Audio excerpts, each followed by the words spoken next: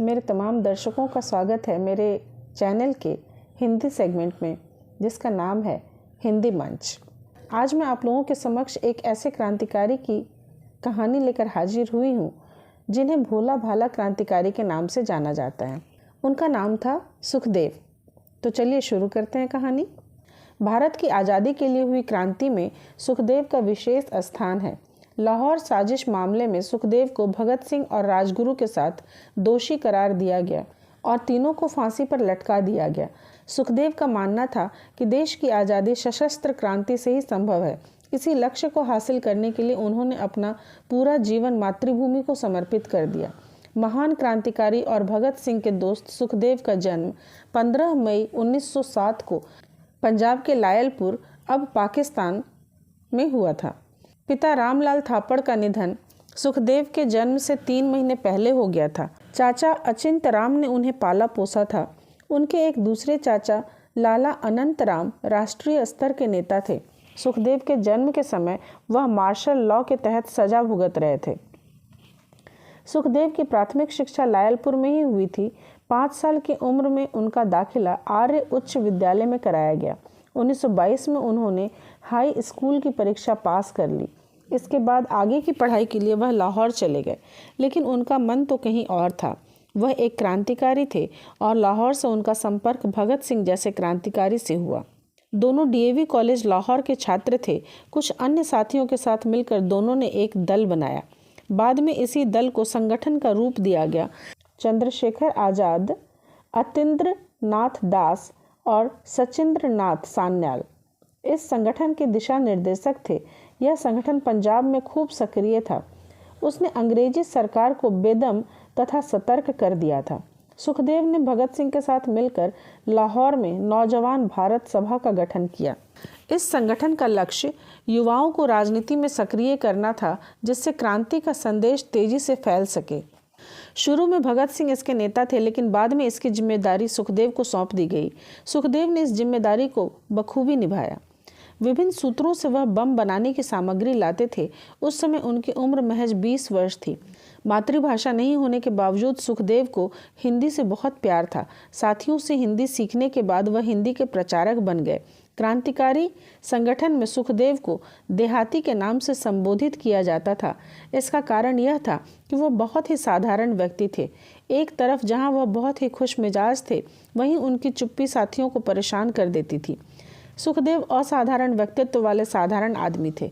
ऐसा लगता था जैसे कोई दर्द उनके सीने में छिपा हो। सुखदेव हिंदुस्तान सोशलिस्ट एसोसिएशन के सक्रिय और वरिष्ठतम सदस्यों में से एक थे। नेशनल कॉलेज लाहौर में सुखदेव ने भारत के अतीत की खोज और रूसी क्रांति के उत्कृष्ट पहलुओं की जांच के लिए एक अध्ययन केंद्र शुरू किया। सुखदेव एक समर्पित क्रांतिकारी थे। अगर वह कुछ करने की ठान लेते थे तो कोई उनके फैसले को बदल नहीं सकता था। जब वह छात्र थे तो किसी क्रांतिकारी संगठन से जुड़े नहीं थे। तब उन्होंने अपने हाथ पर ओम गुदवाया था। बाद में इस चिन्ह के प्रमुख पहचान बन जाने के कारण सुखदेव ने इसे मिटा देने का फैसला किया। उन दिनों आगरा में नाइट्रिक एसिड का इस्तेमाल बम बनाने के लिए किया जाता था। किसी को कहे बिना सुखदेव ने नाइट्रिक एसिड अपने ओम लिखे हुए स्थान पर डाल दिया। शाम तक हाथ पर जलने से कई घाव हो गए और बुखार भी हो गया, लेकिन लोगों को पता न चले, इसलिए वह ऐसा व्यवहार कर रहे थे जैसे कुछ हुआ ही नहीं है।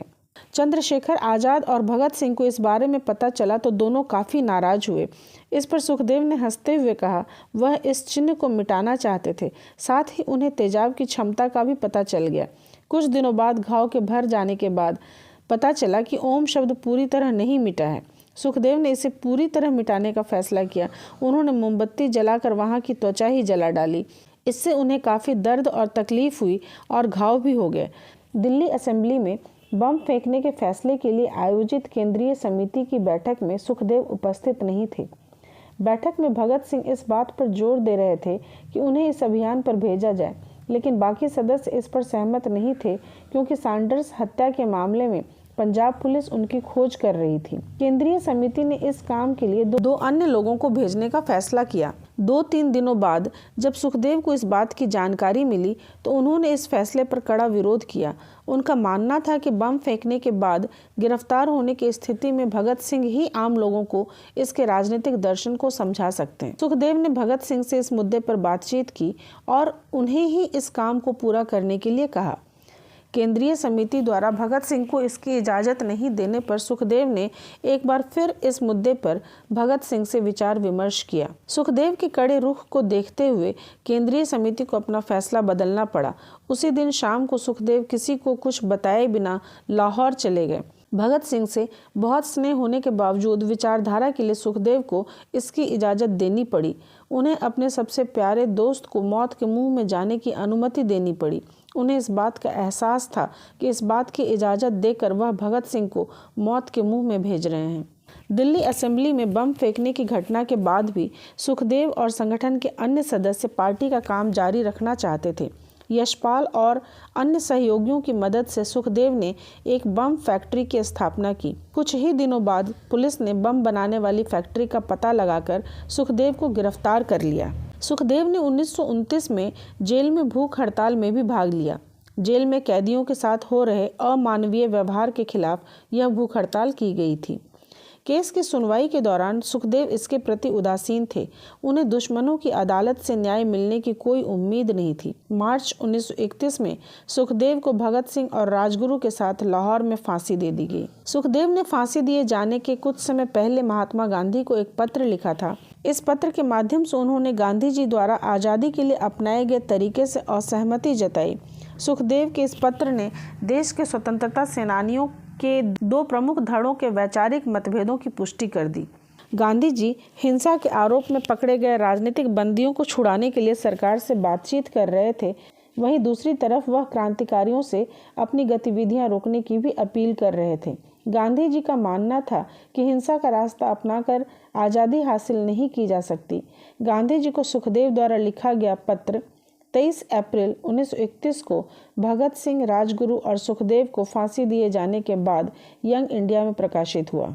सुखदेव ने गांधी जी को पत्र में लिखा था, परम आदरणीय महात्मा जी, हाल की खबरों से पता चला है कि शांति वार्ता असफल होने के बाद आपने क्रांतिकारियों से अपनी गतिविधियां रोक देने और आपके अहिंसक आंदोलन को एक अंतिम मौका देने की बार बार अपील की है। कांग्रेस अपने लाहौर प्रस्ताव के तहत इससे बंधी है कि जब तक पूर्ण आज़ादी हासिल नहीं हो जाती हम संघर्ष जारी रखेंगे। इसके अनुसार शांति और समझौते महज अल्पकालिक विराम संधि है ताकि हमें अगले संघर्ष के लिए अपने आप को बेहतर तरीके से संगठित करने का अवसर मिल सके। जैसा कि हिंदुस्तान सोशलिस्ट रिपब्लिकन पार्टी के नाम से ही पता चलता है कि क्रांतिकारियों का लक्ष्य भारत में समाजवादी गणतंत्र की स्थापना है। जब तक क्रांतिकारियों को लक्ष्य हासिल नहीं हो जाता है, उनके सिद्धांत पूरे नहीं होते, वे संघर्ष जारी रखने को प्रतिबद्ध हैं। क्रांतिकारी बदलती परिस्थितियों और माहौल में अपनी रणनीति बदलने में भी निपुण हैं। क्रांतिकारी संघर्ष अलग अलग समय में अलग अलग रुख अपनाता रहा है। यह कभी खुलकर सामने आता है तो कभी छिपकर, कभी यह खादी आंदोलनकारी स्वरूप अख्तियार कर लेता है तो कभी जिंदगी और मौत के संघर्ष वाला। इन परिस्थितियों में कुछ ऐसे महत्वपूर्ण कारक होने चाहिए जिसके मद्देनज़र क्रांतिकारी अपने आंदोलन को स्थगित करने के लिए तैयार हो सकें।